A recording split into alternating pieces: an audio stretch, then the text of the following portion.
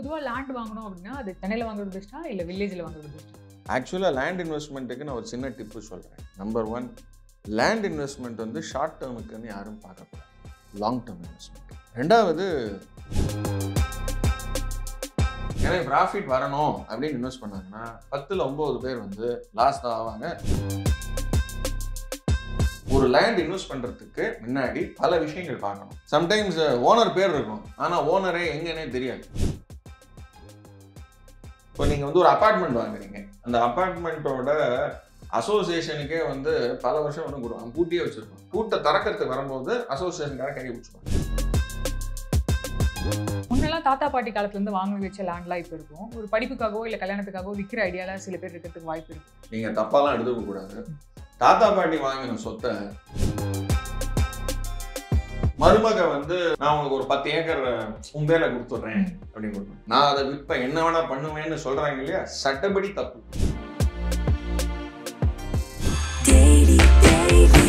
Taste Daily. Taste the Daily.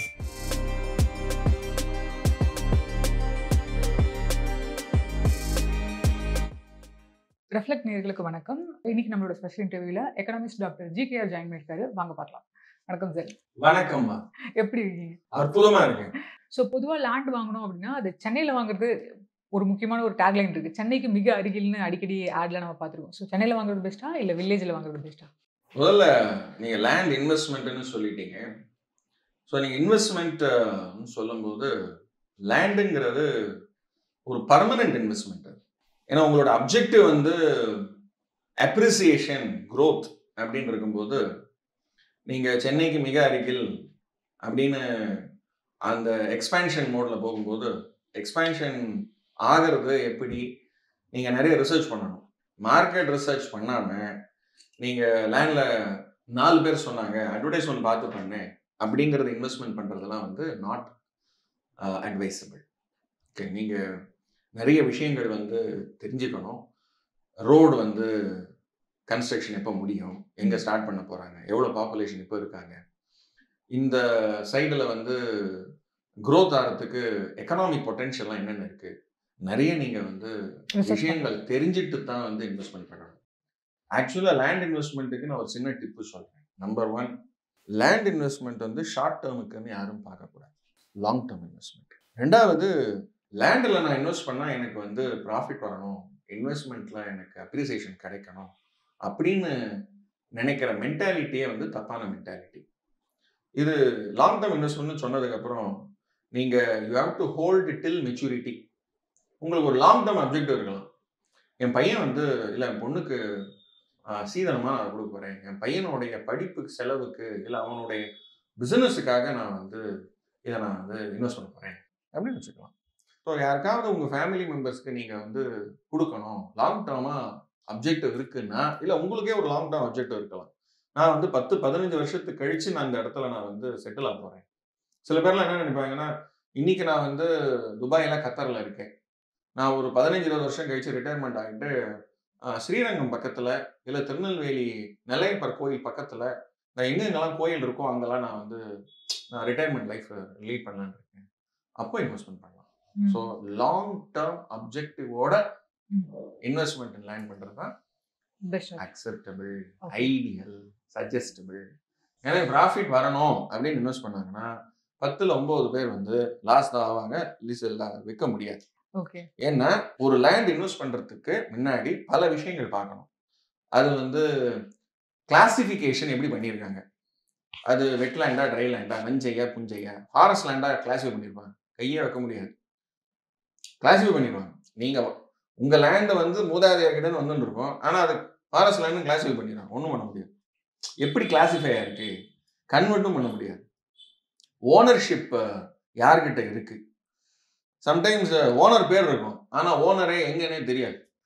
அது அடுத்தது, இப்போ நீங்கள் வந்து ஒரு அப்பார்ட்மெண்ட் வாங்குறீங்க இல்லை லேண்டே வாங்கும்போது சில லைபிலிட்டிஸ் அதோடு இருக்கும். இந்த வரி கட்டாமல் இருப்பாங்க, லேண்ட் ரெண்ட்டுன்னு பேர் இங்கிலீஷில் சொன்னாங்க. அந்த அந்த வரி, சொத்து வரின்னு பேர் அதுக்கு, அதை கட்டாமல் இருப்பாங்க. ஸோ லைபிலிட்டிஸ், இதே நம்ம அப்பார்ட்மெண்ட்லாம் சில பேர் வாங்கும்போது என்ன பண்ணுவாங்கன்னா, அந்த அப்பார்ட்மெண்ட்டோட அசோசியேஷனுக்கே வந்து பல வருஷம் வந்து கொடுப்பாங்க, பூட்டியே வச்சுருப்பாங்க. மாசம் மாசம் கொடுக்க வேண்டியதை கொடுக்க மாட்டான். அவன் பாட்டுக்கு இன்னொருத்தர் யாரோ இருந்தாலும் கொடுத்துட்டு போயிடும். அவன் வந்து பூட்டை திறக்கிறதுக்கு வரும்போது அசோசியேஷன்கார கையை பிடிச்சிருவாங்க. நீங்க என்கிட்ட காசை கொடுத்துட்டு நீங்க உள்ள வாங்கணும். ஸோ இது இல்லாம என்கம்பரன்சஸ் இருக்கா, அது மேல ஏதாவது வில்லங்க இருக்கா, ஏதாவது டிஸ்பியூட் இருக்கா, பர்மிட்டு, அப்ரூவல்ஸ் எல்லாமே பார்த்துட்டு தான் லேண்ட்ல. ஸோ லேண்டை பொறுத்த வரைக்கும் ஏகப்பட்ட டைப்ஸ் இருக்கு இல்லையா? இந்த டைப் வாங்கினீங்கன்னா பெஸ்ட்டா இருக்கும், 2024 ஏற்ற மாதிரி இருக்கும் அப்படின்னா எதாவது சொல்வீங்களா? இது எகெயின் ரிசர்ச். ஓகே. நீங்க டேட்டா இல்லாம ஒரு எக்ஸாம்பிளுக்கு எடுத்துக்கலாம். நான் ரோட்டு பக்கத்தில் வாங்குறேன் அப்படின்னு நீங்கள் முடிவு பண்ணி எடுக்கலாம். ரோடு பக்கத்தில் வாங்கும்போது ரோடு வந்து வைடனிங் நடக்கும். ஸோ அப்போ நீங்கள் வாங்கும்போது ரோடு வைடனிங் பண்ணலையே. இப்போ நான் பாண்டிச்சேரியில் வந்து அந்த மரக்காணத்தில் ஒரு லேண்ட் வாங்குறேன் அப்படின்னு வச்சுக்கோங்க. ஆக்சுவலாக வாங்கும்போது வந்து அது வந்து ஈசிஆர் ரோடு. இன்னைக்கு ஈசிஆர் ரோடில் ப்ராஜெக்ட் என்ன போட்டிருக்காங்கன்னா அது it is going to be a 80 feet road. அப்போது நீங்கள் உங்களுடைய இடம் வந்து ஒரு 1/4 போயிடும், அக்விசிஷன் ஆகிடும். ஸோ இந்த தொலைநோக்கு பார்வை இல்லாமல் நீங்கள் வாங்கக்கூடாது. சரி, நான் உள்ளே வாங்கினேன்னா வேல்யூ கம்மி, பட் உங்களோட பர்பஸ் என்ன? நீங்கள் வந்து வீடு கட்டுறதுக்கு வாங்குறீங்களா, விவசாயத்துக்கு வாங்க போகிறீங்களா, இல்லை அப்ரிசியேஷனுக்காக வாங்க போகிறீங்க? அப்ரிசியேஷனுக்காக வாங்குறீங்கன்னா நான் விவசாயம் பண்ண போகிறதில்ல, வீடும் கட்ட போகிறதில்ல, எங்கிட்ட ஒரு எக்ஸ்ட்ரா 10 லட்சம் ரூபா இருக்குது, நான் இன்வெஸ்ட் பண்ணணும். இப்போ லாங் டேர்ம் இன்வெஸ்ட்மெண்ட்டா? ஸோ இப்போ நீங்கள் தொலைநோக்கு பார்வை அப்படின்னு சொன்னீங்க இல்லையா? நெக்ஸ்ட் ஒரு 10 to 20 இயர்ஸ்க்கு ரியலைஸ் பண்ணணுமா இந்த ஏரியா இப்படி மாறும்னு, இல்லை அதையும் தாண்டி கெஸ் பண்ணணுமா? கண்டிப்பாக. ஏன்னா ஒரு 10 வருஷம் தான். ஏன்னா யாருமே வந்து ஃபியூச்சரை யாரும் கணிக்க முடியாது.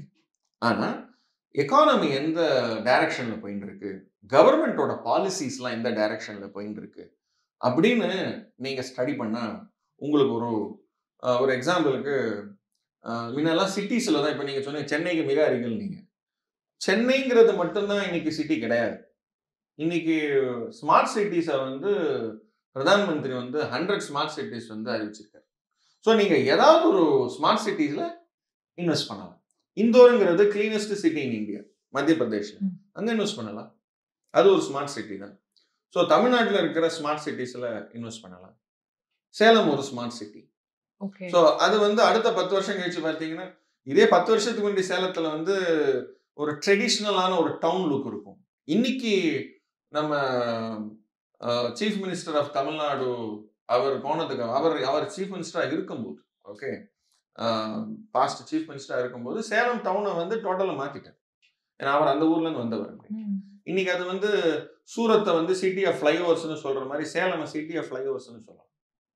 ஸோ நீங்கள் பொலிட்டிக்கலாக எப்படி வந்து க்ரோத் இருக்குது, எக்கனாமிக்கலாக எப்படி க்ரோத் இருக்குது, அதெல்லாம் நீங்கள் அண்டர்ஸ்டாண்ட் பண்ணிட்டு தான் நீங்கள் இன்வெஸ்ட் பண்ணணும். ஸோ அப்போ நீங்கள் சொன்ன வச்சு பார்க்கும்போது ஸ்மார்ட் சிட்டி ஒரு பெஸ்ட் ஆப்ஷன் தெரியுது. டெஃபினட்டாக. ஓகே. ஸோ முன்னெல்லாம் தாத்தா பாட்டி காலத்துலேருந்து வாங்க வச்ச லேண்ட்லாம் இப்போ இருக்கும். ஒரு படிப்புக்காகவோ இல்லை கல்யாணத்துக்காகவோ விற்கிற ஐடியாவில் சில பேர் இருக்கிறதுக்கு வாய்ப்பு இருக்குது. அவங்களுக்கு நீங்கள் ஏதாவது சொல்ல விரும்புகிறீங்களா? லைக் இப்போ விற்காதீங்க, 10 இயர்ஸ் கழிச்சு வச்சிங்கன்னா இதோட லெவல் வந்து வேறு மாதிரி இருக்கும் அப்படின்னு ஏதாவது ப்ரெடிக்ஷன் உங்கள் சைடில் இருக்கா? என்னுடைய சஜஷன் கேட்கறதுனால கொஞ்சம் நீங்கள் தப்பாலாம் எடுத்துக்கக்கூடாது. தாத்தா பாட்டி வாங்கின சொத்தை விற்காமல் இருக்கிறது தான் பேரங்களும் பேத்திங்களும் செய்கிற தாத்தா பாட்டிங்களுக்கு அவங்க செய்கிற மிகப்பெரிய மரியாதை. அவங்க வாங்கி வச்ச சொத்தை வந்து காப்பாற்றுறது அவங்களோட கடமை. அவங்க வாங்கி வச்சாங்க, நான் விற்று நான் சாப்பிடுவேன்னு சொல்கிறாங்க இல்லையா, அதுதான் தப்பு.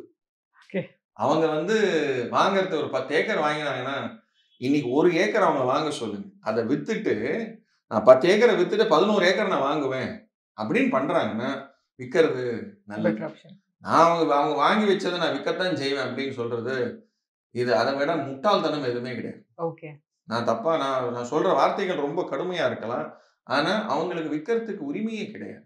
லீகலா உரிமை இருக்கலாம், ஆனா எத்திக்கலா அவங்களுடைய என்ன சொல்ல ரிமைன்ஸ்னு சொல்லலாம், அவங்களுடைய ரிமெம்பரன்ஸ் அதெல்லாம். ஸோ அப்பர் மிடில் கிளாஸை பொறுத்த வரைக்கும் எவ்வளோ ஏக்கர்ஸ் ஹோல்ட் பண்ணுறது, எவ்வளோ ஏக்கர்ஸ் லேண்ட் ஹோல்ட் பண்ணுறது அவங்களுக்கு பெட்டர் ஆப்ஷனாக இருக்கும்னு நினைக்கிறீங்க சார்? நல்ல கேள்வி. இது எல்லாரும் தெரிஞ்சுக்கணும். அதாவது 1960 வந்து ஒரு சட்டம் கொண்டு வந்தாங்க, Tamil Nadu land reforms fixation of ceiling of land அப்படின்னு. அதுக்கப்புறம் அது 1972 வந்து அமெண்ட்மெண்ட் ஆச்சு. ஒரு ஆள் வந்து தமிழ்நாட்டில், நீங்கள் வந்து தமிழ்நாட்டில் பிறந்திருக்கீங்க, தமிழ்நாடோட ரேஷன் கார்டு வச்சுருக்கீங்க அப்படின்னா இப்போ நீங்கள் தமிழ்நாடு பிரஜை, உங்களோட ஓட்டு தமிழ்நாட்டில் இருக்கு. ஸோ அப்போ நான் தமிழ்நாட்டில் வந்து லேண்டு வாங்கலாமா அப்படின்னா வாங்கலாம். அப்போ எவ்வளோ வாங்கலாம்? ஒரு 100 ஏக்கர் வாங்கலாமா அப்படின்னா கிடையாது. நான் ஒரு 100 ஏக்கர் வச்சுக்கோங்க கிடையாது. அப்போ எவ்வளோ வாங்கலாம்? 60 ஏக்கர் மேக்ஸிமம். ஆக்சுவலி ஒரு ஆளுக்கு 60 ஏக்கரா அப்படின்னா கிடையாது. ஆக்சுவலி ஒரு ஃபேமிலிக்கு 30 ஏக்கர் தான். ஒரு ஃபேமிலியில் 5 பேர் இருக்காங்கன்னா தலைக்கு 6 ஏக்கர்னு வச்சுக்கிட்டீங்கன்னா 30 ஏக்கர். சரி, உங்கள் ஃபேமிலி கொஞ்சம் பெருசாக இருக்கு, ஒவ்வொரு ஃபேமிலி மெம்பருக்கும் அடிஷனலாக ஒரு 5 ஏக்கர் கொடுக்குறாங்க. அப்போது என் ஃபேமிலி வந்து 15 பேர் இருக்காங்க, 20 பேர் இருக்காங்க அப்படின்னா நீங்கள் அப்படி மல்டிப்ளை பண்ணக்கூடாது. ஒரு குடும்பம், குடும்ப அட்டை, குடும்ப அட்டைன்னு தானே கொடுக்குறாங்க. ஒரு குடும்ப அட்டைக்கு 60 ஏக்கர். இப்போ புரிஞ்சுதா? தாராளமா நல்லா புரிஞ்சுது சார். ஆக்சுவலி 60 ஏக்கர் கூட கிடையாது, 59.95 ஏக்கர். 60 ஏக்கர். ஆனா அந்த 60ம் இங்க உங்க ஃபேமிலி 4 பேர் இருக்காங்கன்னு வச்சுக்கோங்களேன், நீங்க 30 ஏக்கர் வரைக்கும் தான் வாங்கலாம். 6 பேர் இருந்தாங்கன்னா 5 பேர் வரைக்கும் 30 ஏக்கர், அந்த 6வது நபருக்கு ஒரு 5 ஏக்கர். ஸோ 35 போகலாம், 60 கிடையாது. பெரிய ஃபேமிலியா இருந்ததுன்னா 60 கிட்ட. ஆனா இதுல வந்து இப்போ ஃபேமிலியில வந்து அவங்க ஸ்திரீதனா கொண்டு வந்திருப்பாங்க, அதாவது சீதனமா கொண்டு வந்திருப்பாங்க. இப்போ மருமக வந்து கல்யாணம் பண்ணிட்டு வீட்டுக்கு வரும்போது அவங்க அப்பா வந்து பொண்ணு கேட்பான், நான் உனக்கு ஒரு 10 ஏக்கர் உன் பேர்ல கொடுத்துட்றேன் அப்படின்னு கொடுப்பேன். அந்த 10 ஏக்கர் இதோட, ஏன்னா அந்த அம்மாவோட 10 ஏக்கர் இல்லையா அது இதுல சேர்த்துக்கலாமா அப்படின்னா, ஏன்னா அந்த ஃபேமிலியோட லேண்ட் ஹோல்டிங்ஸ்ன்னு வரும். ஃபேமிலியோட லேண்ட் ஹோல்டிங்ஸ்ல அந்த அம்மாவுக்கு 5 எடுக்கிறதால 10 எடுத்துக்கலாம். ஏன்னா ஸ்திரீதன். ஸ்திரீதனுக்கு எப்பவுமே வந்து ஹைகோர்ட்ல, அதாவது கோர்ட்ஸ்லேயே வந்து அதை டச்சே பண்ணக்கூடாது. கல்யாணம் பண்ணியிருந்தாலே பொண்ணு கொண்டு வந்த எந்த சீதனமுமே அதை விற்கிறதுக்கு உரிமையே கிடையாது. யாருக்கு? ஹஸ்பண்ட். என் பொண்டாட்டி தான், அவ போட்டுன்னு வந்த நகை நட்டெல்லாம் எனக்கு சொந்தம், நான் அதை விற்பேன், என்ன வேணா பண்ணுவேன்னு சொல்றாங்க இல்லையா, சட்டப்படி தப்பு. இது நான் சொல்லல, ஹைகோர்ட்ஸ் சொல்லு. ரொம்ப நல்ல ஸ்திரீதன் அப்படிங்கிறது அது தொடக்கூடாது. அது யாருக்கு உரிமை இருக்கு? அந்த பொண்ணுக்கு தான். Okay, very good information sir. So என்னோட லாஸ்ட் கொஸ்டின் என்னன்னா, இப்போ இன்வெஸ்ட்மெண்ட் லேண்டை பத்தி பேசணும். லேண்டை கம்பேர் பண்ணக்குள்ள வீடு பெஸ்ட்டா இல்ல லேண்ட் இன்வெஸ்ட்மெண்ட் தான் பெஸ்ட்டா? உங்களோட ஒப்பீனியன் என்ன? எப்பவுமே ஒரு வீடு வந்து ஒரு குடும்பத்துக்கு அவசியம். ஸோ ஒரு குடும்பத்தில் அவங்க வந்து வாடகை வீட்டில் தான் இது வரைக்கும் இருக்காங்க அப்படின்னா, அவங்க இன்வெஸ்ட்மெண்ட்டுன்னு போகும்போது ஒரு வீட்டில் இன்வெஸ்ட் பண்ணுறதுங்கிறது ஐடியா. ஏன்னா அது லாங் டர்ம்.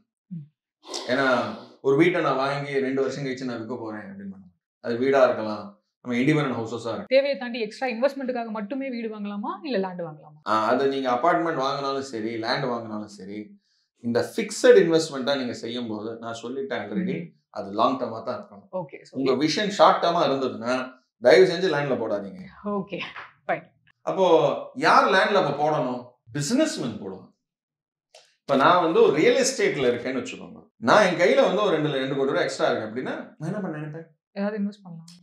2 கோடி போட்டு ஒரு 2.5 கோடி எடுக்கலாம் அப்படின்னா நான் இப்போ ஸ்டடி பண்ணுவேன். இந்த இடத்துல இது வரும் அனலைஸ்லாம் பண்ணி நிறைய இன்ஃபர்மேஷனை கேதர் பண்ணி என்ன சொல்றேன், இது பண்றோம். நாம ஒரு வியாபாரி வந்து நான் என் கையில இருக்கிற எக்ஸ்ட்ரா பணத்தை எடுத்து நான் போட்டு நான் ப்ராஃபிட் பண்றேன்னு நினைக்கிற அந்த மென்டாலிட்டி நம்ம இன்வெஸ்டாருக்கு வருமா?